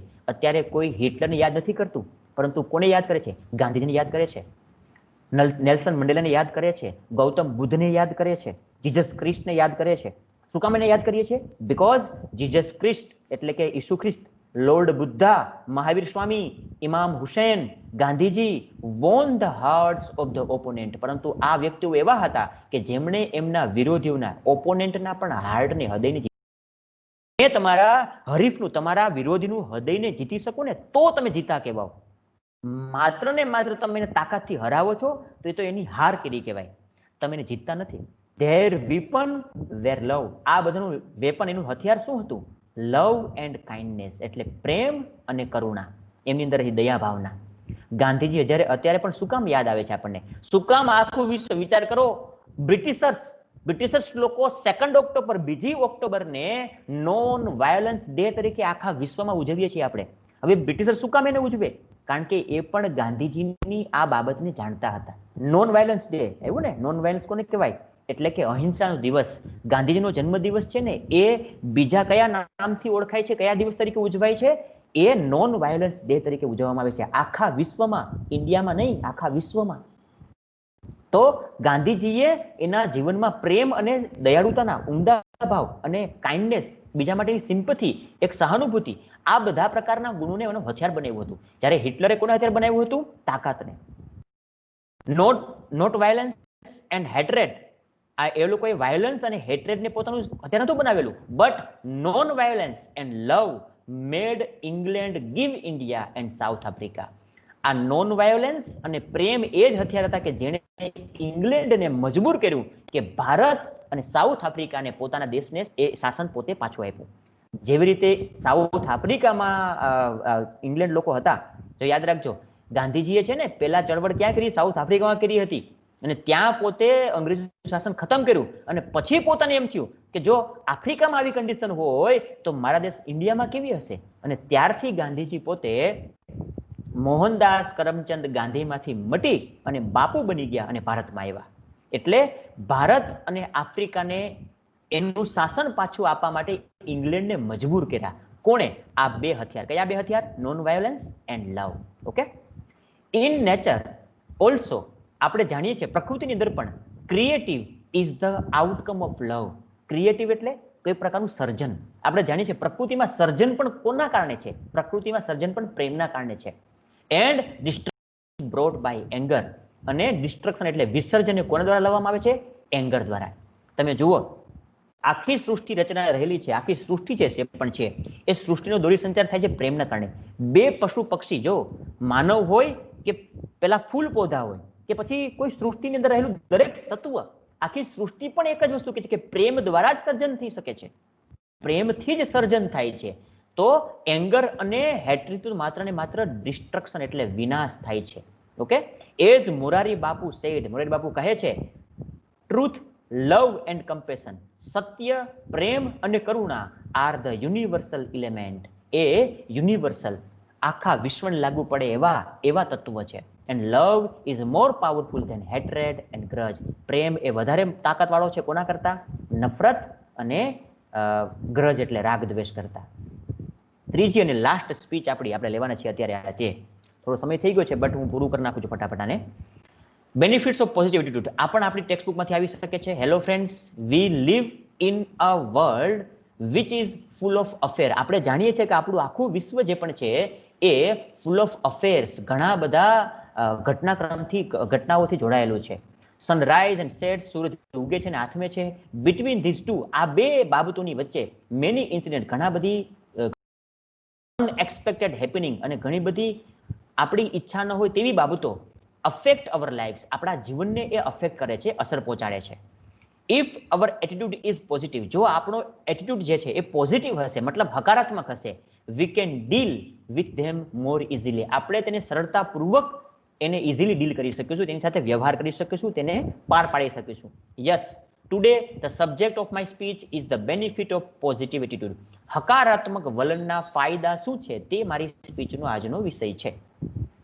ફ્રેન્ડ્સ, ઇન શેક્સપિયર્સ પ્લે, શેક્સપિયર્સની એક પ્લેની અંદર કહેવામાં આવ્યું છે, ઇટ ઇઝ સેડ, એવું કહેવાયું છે કે there is nothing good or bad Horatio, our thinking makes it so. હોરેશિયોને સંબોધતા એક એની પ્લેમાં હોરેશિયો જે પાત્ર છે એને સંબોધતા કોઈ એક બીજું પાત્ર કહે છે શેક્સપિયરની પ્લેમાં કે ભાઈ હોરેશિયો, આપણા જીવનમાં there is nothing good and bad, આપણા જીવનમાં કોઈ સારું ને ખરાબ નથી હોતું. તો આપણી થિંકિંગ છે ને એ એને સારું ને ખરાબ બનાવે છે. મેં તમને સિમ્પલ હું સમજાવું કે તમે કેવું વિચારો છો. માનો કે તમારી સામે ગ્લાસ મૂકવામાં આવે અને ગ્લાસની અંદર પાણી નાખવામાં આવે, પણ પાણી ગ્લાસની અંદર અડધું રહે અને તમે સામે ગ્લાસ મૂકે અને કોઈ તમને પ્રશ્ન પૂછે કે તમને ગ્લાસમાં શું દેખાય છે, તો મોટાભાગના લોકો એમ દેખાય છે ગ્લાસની અંદર પાણી છે. કોઈ પૂછે કેટલું પાણી છે, તો કે અડધો ગ્લાસ છે પાણી, અડધો ગ્લાસ અધૂરો છે.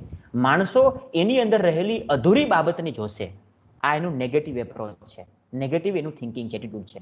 પરંતુ તમે જો એની અંદર જુઓ કે આ ગ્લાસમાં અડધો ગ્લાસ પાણી ભરેલો છે, એની ભરેલી બાબતને જુઓ, તો તમે કેવો પોઝિટિવ. પણ હજી પણ હું કહું છું, પોઝિટિવ કરતા પણ ઓપ્ટિમિસ્ટિક કોને કહેવાય? આશાવાદી માણસ કોને કહેવાય? તો કે જે માણસ એ ગ્લાસમાં એવું જુએ કે આ ગ્લાસ સંપૂર્ણ ભરેલો છે, અડધો ખાલી છે, એ ખાલી જુએ તો નેગેટિવ માણસ, ભરેલ છે એવું જોઈએ તો પોઝિટિવ માણસ. પરંતુ આ ગ્લાસ સંપૂર્ણપણે ભરેલો છે એવું જુએ એ ઓપ્ટિમિસ્ટ કહી શકાય. હવે કેવી રીતે હોઈ શકે? આવું કેમ થઈ શકે સાહેબ? ગ્લાસ તો પાણીથી અડધો જ ભરેલો છે, તો અડધો બીજો શેનાથી ભરેલો છે? પૂરો ભરેલો છે એમ કેમ કહી શકાય? કહી શકાય ગ્લાસ અડધો પાણીથી અને અડધો હવાથી ભરેલો છે. આ હવાથી ભરેલો અડધો છે એવું જો વિચાર કરીએ આપણે, તો આપણે ખરા આશાવાદી ને ખરા પોઝિટિવ કહેવાય. કહેવાનો મતલબ આપણે આપણા જીવનની સારી બાબતોને જોવાની છે. આ વોટ્સઅપ મેસેજ છે, એક વોટ્સઅપનો મેસેજ કહે છે, the world impossible itself says I am possible.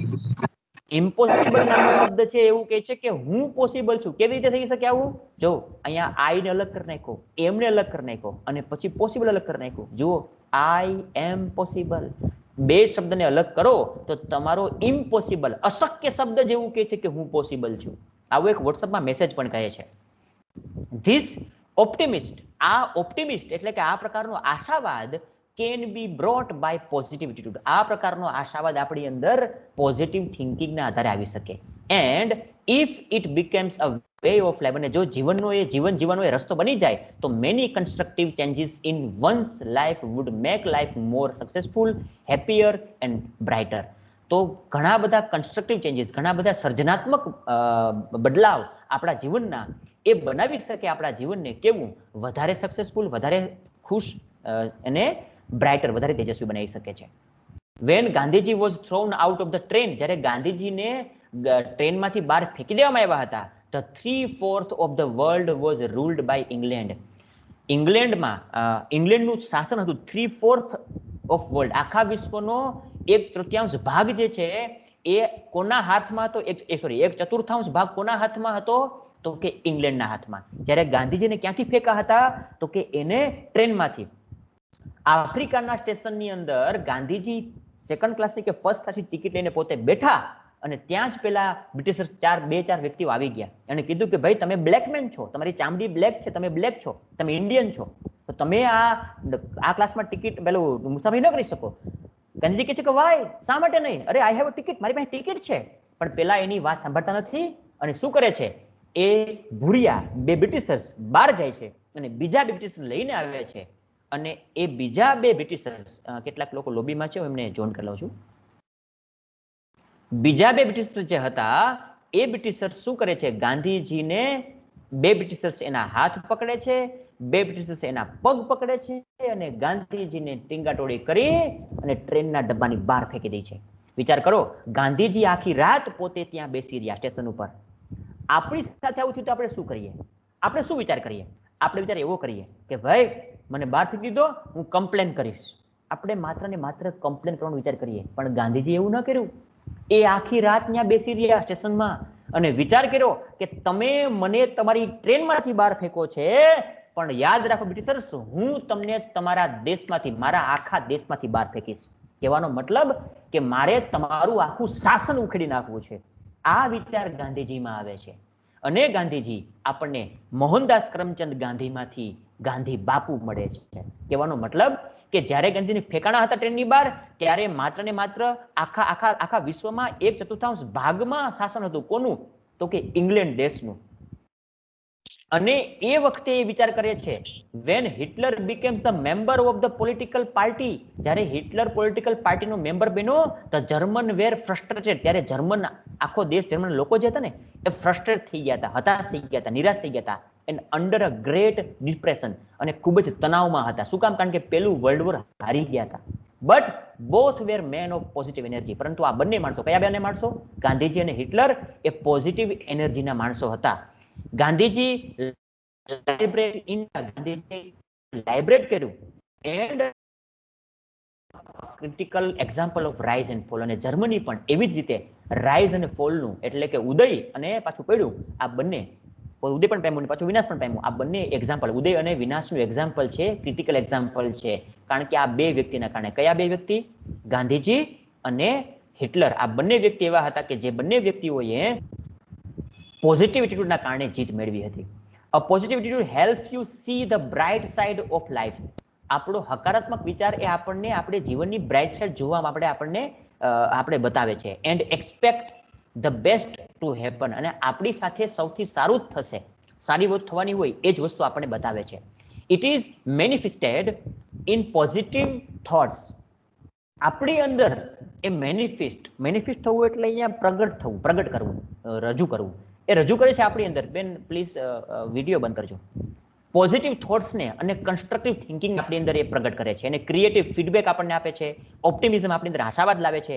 Motivation આપણને મોટિવેશન અને એનર્જી પૂરી પાડે છે to do things and accomplish goal. આપણા ગોલને કમ્પ્લીટ કરવું એટલે પૂરા કરવા માટે અને કામને પૂરું કરવા માટે આપણી અંદર એ શું પ્રગટ કરે, શું આપે છે? પોઝિટિવ થોટ્સ આપે, કન્સ્ટ્રક્ટિવ થિંકિંગ આપે, સર્જનાત્મક વિચારો આપે, ક્રિએટિવ ફીડબેક આપે, આપણે સર્જનાત્મક એવું સામું ફીડબેક મળે, અંદરથી પ્રોત્સાહન મળે, ઓપ્ટિમિઝમ આપે છે, મોટિવેશન આપે છે અને એનર્જી આપે છે. કોણ? આપણી અંદર રહેલો આ positive attitude. It makes the person feel inspired. એ માણસને ઇન્સ્પાયર કરે છે, એને પ્રોત્સાહન પૂરું પાડે છે. It gives one the strength not to give up. એ માણસને સ્ટ્રેન્થ આપે, તાકાત આપે કે તું કોઈ કાર્ય છે એને અધૂરું ન મૂકી દે. Not to give up. Give up કરવું એટલે છોડી દેવું. કાર્યને અધૂરું ન છોડવા માટે એને સ્ટ્રેન્થ આપે છે. ઇન એની સર્કમસ્ટેન્સીસ, કોઈ પણ પ્રકારના સર્કમસ્ટેન્સીસ મતલબ કે કોઈ પણ પ્રકારના સંજોગોમાં, કોઈ પણ પ્રકારના સંઘર્ષમાં તમે ઘેરાઈ જાઓ તો તમને તમારા કાર્યને વચ્ચે જ ન છોડી દેવા માટે એ તમને સ્ટ્રેન્થ આપે, તાકાત આપે છે. કોણ? Positive attitude. Such persons look at failures and problems as blessings in disguise. આવો માણસ, પોઝિટિવ વિચારવાળો માણસ, એ જુએ છે એની નિષ્ફળતાઓને અને એની સમસ્યાઓને એઝ અ બ્લેસિંગ, કે જાણે કે એ સમસ્યાઓને નિષ્ફળતાઓ એના માટે આશીર્વાદ છે. ઇન અ ડિસ્ગાઇઝ એટલે કે છુપાયેલી, છુપાવેશમાં રહેલી, આપણી અંદર રહેલી, છુપાવેશમાં રહેલી આપણા માટે આશીર્વાદ છે. કોણ? આપણી અંદર રહેલું નિષ્ફળતા અને પ્રોબ્લેમ્સ, સામે આવેલી સમસ્યાઓ. આવો માણસ આ સમસ્યા અને આ નિષ્ફળતાને પણ, હું ટૂંકમાં કહું તો આપણે આપણા માર્ગમાં આવેલા પથ્થરને, એને સમસ્યા ન સમજીએ પરંતુ એને આપણી સીડીનો પથ્થર બનાવી દઈએ, પગથિયું બનાવી લઈએ ને તો આપણા માટે એ આપણને સફળતા વહેલી અપાવે છે. એમ આવો માણસ, પોઝિટિવ થિંકિંગ વાળો માણસ, એ એના જીવનમાં આવેલી નિષ્ફળતા અને એના જીવનના પ્રોબ્લેમ્સને એ પહેલા આશીર્વાદ સમજે છે. શું નથી આવતું બેન? અવાજ નથી આવતો. આવશે થોડી ક્વોલિટી હશે એટલા માટે. આવશે. આવે છે અવાજ બેન? હા હવે. Okay.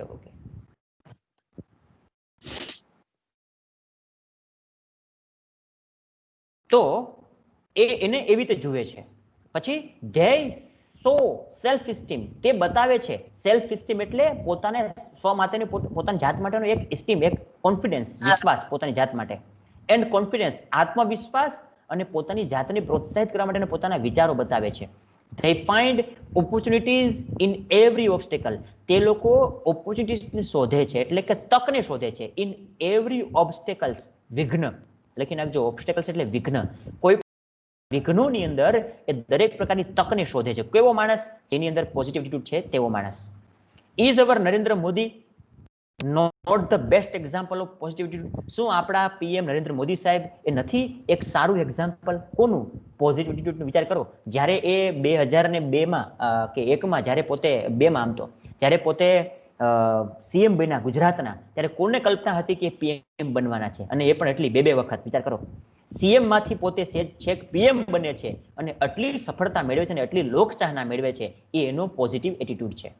All the luxury and comforts, બધા જ પ્રકારની લક્ઝરીઝ એટલે કે આપણા જીવનની મોજ શોખની વસ્તુઓ અને કમ્ફર્ટ્સ અને સગવડતાઓ વી એન્જોય ટુડે, આપણા જીવનમાં જે પણ આપણે લક્ઝરીઝ અને જે પણ કમ્ફર્ટ્સને એન્જોય કરીએ છીએ, are the outcome of positive attitude. આ બધી જ પ્રકારની બધી જ વસ્તુઓ છે એ હકારાત્મક વિચારનું જ પરિણામ છે. કેવી રીતે? તમે અને હું અત્યારે લેપટોપ કે પેલો મોબાઈલ વાપરીએ છીએ તો જેને મોબાઈલ સર્જન કર્યો છે, મોબાઈલ બનાવ્યો છે, શું એ પહેલી વખતમાં સફળ થયો હોય છે? નહીં. જો હું તમને પોઝિટિવ થિંકિંગનું સૌથી બેસ્ટ એક્ઝામ્પલ આપું, થોડો સમય જાય છે પણ મારે તમને આ વાત કેવી છે, મને બહુ ગમે છે આ વાત. જ્યારે થોમસ આલ્વા એડિસને લેમ્પ બનાવ્યો, આપણે જાણીએ છીએ બલ્બ બનાવ્યો, લેમ્પ, તો બલ્બ બનાવતી વખતે એવું કહેવાય છે કે 100 જેટલા પ્રયત્નો કર્યા છતાં નિષ્ફળ ગયો પોતે, બલ્બ ના બન્યો. પછી જ્યારે 100 ઉપર પ્રયત્નો કર્યા પછી બલ્બ બની ગયો, તો પછી ફંક્શન યોજવામાં આવ્યું અને બધા પેલા મીડિયા આવ્યું અને મીડિયામાંથી કોઈ પત્રકારે એમને પ્રશ્ન પૂછ્યો કે એડિસન, વી હર્ડ ધેટ, અમે સાંભળ્યું છે that you have failed 100 times and steel you have invented the bulb. અમે સાંભળ્યું છે કે તમે 101 વખત નિષ્ફળ ગયા અને છતાં પણ તમે બલ્બ શોધ્યો. અને ત્યારે થોમસ આલ્વા એડિસનનો જવાબ હતો, નો, યુ હર્ડ રોંગ, તમે ખોટું સાંભળ્યું છે. Then what happen? તો મતલબ એવો થાય કે તે પહેલી વખત બલ્બ શોધી આપ્યો છે, તો ક્યારે નિષ્ફળ ગયો જ નથી. અને ત્યારે એડિસન કહે છે કે નો, આઈ એમ નોટ સેઇંગ ધેટ, હું એવું નથી કહી રહ્યો. તો હું શું કહું છું? તો હું એવું કહી રહ્યો છું કે I have invented every time. એ કહે છે કે મેં દર વખતે એક શોધ કરી છે. પેલો કહે છે કે હાઉ ઇટ પોસિબલ? એડિસન કહે છે I have invented bulb after making 100 and more trial. મેં 100 થી વધારે ટ્રાયલ પછી બલ્બ શોધ્યો. But you can not say that I was fail, હું ફેલ હતો 100 ટાઈમ. તમે એવું ન કહી શકો કે હું 100 વખત ફેલ ગયો છું. તો પેલો કહે છે તો શું કહી શકાય? અને ત્યારે એડિસન કહે છે કે I think I have invented 100 methods. મેં 100 મેથડ એવી શોધી છે that can not make a bulb, કે જે બલ્બ નથી બનાવતી. And I have invented one method that can make a bulb. અને મેં એક મેથડ એવી શોધી છે કે જે બલ્બ બનાવે છે. હું ક્યારેય નિષ્ફળ ગયો જ નથી, મેં દર વખતે શોધ કરી છે. કહેવાનો મતલબ 100 વખત શોધ કરી એ એવી શોધ હતી કે જે બલ્બ ન બનાવવાની હતી, અને 100 વખત પછીની જે મારી શોધ હતી તે એવી શોધ હતી કે એ બલ્બ બનાવવાની હતી. એટલે હું મારી દરેક શોધ, મારો દરેક પ્રયત્ન એ સફળ જ છે, હું નિષ્ફળ માનતો જ નથી. આને કહી શકાય પોઝિટિવ એટીટ્યુડનું બેસ્ટ એક્ઝામ્પલ. વિચાર લેજો. If this attitude is strong enough, જો તમારી અંદર આ એટીટ્યુડ સૌથી સારા પ્રમાણમાં હોય, ઇન અ પર્સન, કોઈ વ્યક્તિમાં સારા પ્રમાણમાં હોય, તો ઇટ બીકમ કોન્ટેન્જિનિયસ. તો એના માટે એક કોન્ટેન્જિનિયસ, એના માટે આનો મતલબ એવું થાય ચેપી બનવું, પણ ચેપી નહીં, વ્યાપક બનવું કહી શકીએ આપણે અહીંયા. તો એના માટે એ વ્યક્તિને વ્યાપક કરી દે છે, તમારી અંદર ચીપકી જાય છે આ એટીટ્યુડ, તમે હંમેશા સફળતાને પામો છો. તમારી અંદર જો આ એટીટ્યુડ એક વખત સ્ટ્રોંગલી એકદમ પૂરતા પ્રમાણમાં બિલ્ટ થઈ ગયો, તો ગેરંટી મારું છું તમે દરેક સફળતાને સર કરો છો. To sum up my speech, મારી સ્પીચને પૂરી કરતા આઈ વુડ સે, હું કહી શકું કે the world would be monotonous, આખું વિશ્વ છે કંટાળાજનક એન્ડ બોરિંગ છે, વિધાઉટ પ્રોગ્રેસિવ બુસ્ટર. જો એમાં તમે પ્રોગ્રેસ કરનારું બુસ્ટર એડ ન કરો, એ બુસ્ટર મતલબ ધક્કો આપનારું, ઓફ પોઝિટિવ એટીટ્યુડ. જો તમે એમાં પોઝિટિવ એટીટ્યુડ નામનું બુસ્ટર, પ્રોગ્રેસિવ બુસ્ટર એડ ન કરો, તો આખું વિશ્વ તમને કેવું લાગશે? કંટાળાજનક અને બોરિંગ. આ સ્પીચ પણ તમને યુટ્યુબ લિંક પર મળી જશે, તમે અહીંથી આ સ્પીચને જોઈ પણ શકો છો. ઓકે, તો આ 3 સ્પીચ મુખ્ય હતી જે મારે સમજાવીને તમને હતી, કારણ કે આપણે 1 થી 6 યુનિટ મોટા ભાગે આવવાના છે, અને 6 યુનિટમાંથી જો તમને લેખન તો કોઈ પણ યુનિટનું પૂછી શકે, 1 થી 10 યુનિટ કોઈમાંથી આવી શકશે, પણ આ 6 યુનિટમાંથી મોટા ભાગે આવી શકે એવી સ્પીચ હતી. પછી અહીંયા આપી છે માય ફ્યુચર પ્લાન, આ પણ તમે કરી શકો છો, આ પણ મહત્વની છે, કેરિયર વિશેની છે. અને ફ્રીડમ, જો આપણો આગળનો યુનિટ છે ફ્રીડમ વિશેનો, એ ફ્રીડમના યુનિટમાંથી એ તમને ફ્રીડમની સ્પીચ આ મૂકેલી છે. ઓકે, એમાંથી આવી શકે છે. અને લાસ્ટમાં જે છે એ છે સૌથી મહત્વની, cause and effect of global warming. તમને ગ્લોબલ વોર્મિંગ વિશે એને સમજાવતી સ્પીચ પણ પૂછી શકે ખરા એક્ઝામની અંદર, તો તમે એ પણ અહીંયા લખી શકો છો. આ સ્પીચ એની છે. ઓકે, તો આવી રીતે આ ફાઇલની અંદર ઘણી બધી સ્પીચ છે, તમે એની પ્રિન્ટ કાઢી લેજો, અથવા આ જે ખાસ જે મહત્વની 3 જે મેં સમજાવી છે ને એ 3 તમે તમારી બુક્સમાં લખી લેજો, બાકીની પ્રિન્ટ કાઢી લેજો. ઓકે, આ 3 તમારે બુકમાં લખવાની, બાકીની શું કરવાની? પ્રિન્ટ કાઢી લેવાની. અને તમે આવી રીતે પ્રિપેર કરજો, મને આશા છે કે તમે સારા માર્ક્સ લાવી શકશો. તો અહીંયા આપણે ચાલુ રાખ, તમે અહીંયા આપણે આ સ્પીચને લગતા આજે આપણું આખું હતું એમાં એને પૂરું કરીએ છીએ. સ્ક્રીન શેર બંધ કરું છું.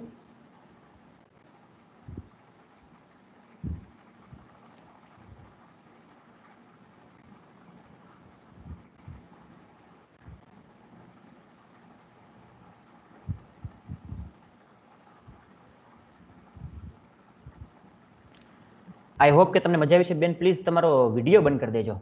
ના, આમ તો 1 મિનિટ ચાલુ રાખજો, હું કહું છું.